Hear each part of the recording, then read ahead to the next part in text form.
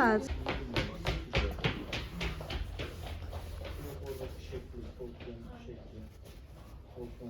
Sırtımız kalıcı formlu olacaktı, rahat oldu.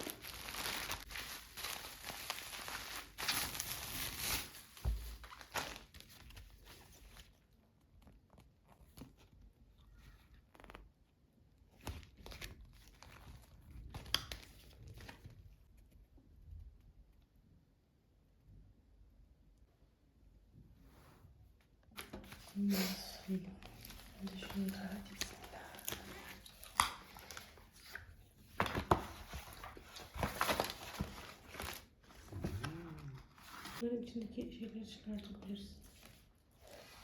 Başını, bu bunun başını, bu buraya, bu da sonra.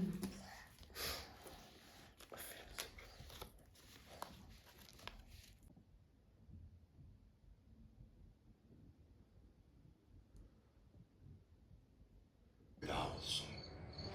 Bak bu annem Ümmü Hayır Selma. Onun hakkında dua etsen, umulur ki o da sana tabi olur.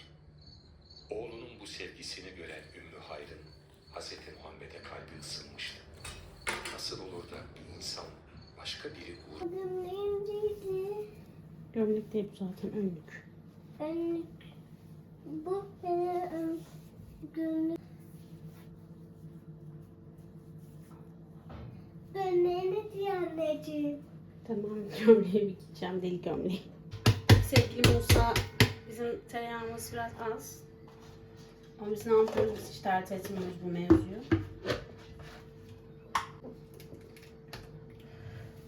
Anne, Ben de nasıl yollu?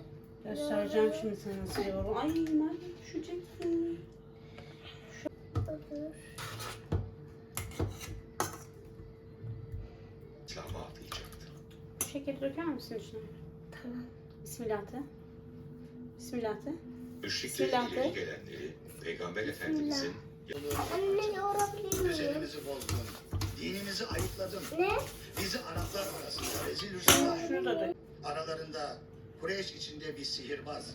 Bir şey yap, tamam mı? Eğer Şöyle amacın kaşıkla al bunun evlenmekse içine dök. Kureyş'in hangi kabul yapacak kadar mal topluyor. Ama ben yoğuracağım. bu sözlerine Çok çok şöyle doğru. karşılık verdi. Ben sizin ne söylediğinizi anlamıyorum.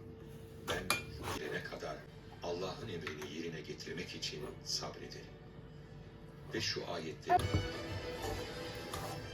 Peygamberimiz Fussilet suresini ağır ağır okuyor. Utbe hiçbir şey Anlaşılıyor ki Muhammed'in sözleri seni büyülemiş.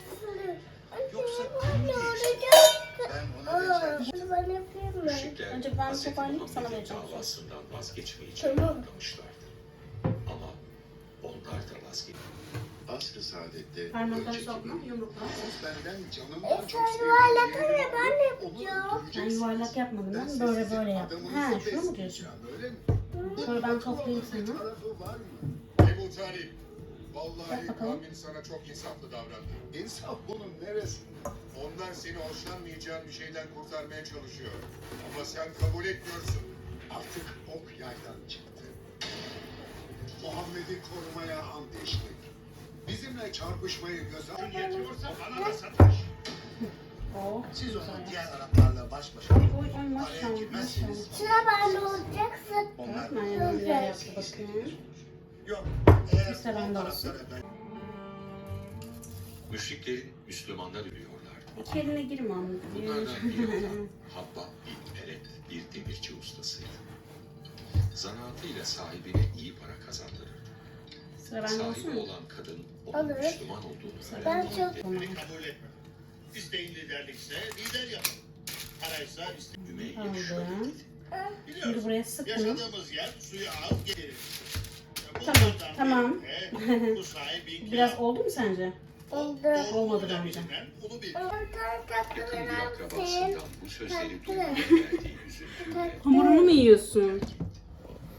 Tatlı müşrikler bu. doğru yolu bulmak için çabalamıyorlar. Yalnızca Bu çok içlerindeki tatlı kibri çünkü. bozuyorlardı. Tamam da bu pişmedi ama. Pişmeden yeme. Ama çok tatlı. Müşrikler Anneciğim, bir içi gece yağmur ama. Darun Nedve'de toplanarak bu meseleye kesin bir çözüm bulmaya Ama karar çok verdiler. tatlı. Anlayabiliyorum. En iyi çözüm Hz. Muhammed'i ortadan kaldırmak. Ben bu Fakat tatlı onu yiyebilir miyim öldürmesi demek anne? kabileler arasında Tamam. çıkacak büyük bir savaş demekti. Bu riski göze alabilecek bir yiğit Hadi gerekiyor. git. Ebu Cehil sözü Bir adamın isteyebileceği her şeyi teklif ettik. Her şeyi. Daha ne istiyor? Derdi aramızda kargaşa çıkarmak. Babayı oğula, kardeşi kardeşe düşürmek. Bu işi becerdin. Akrabaları seni yeryüzünde bırak.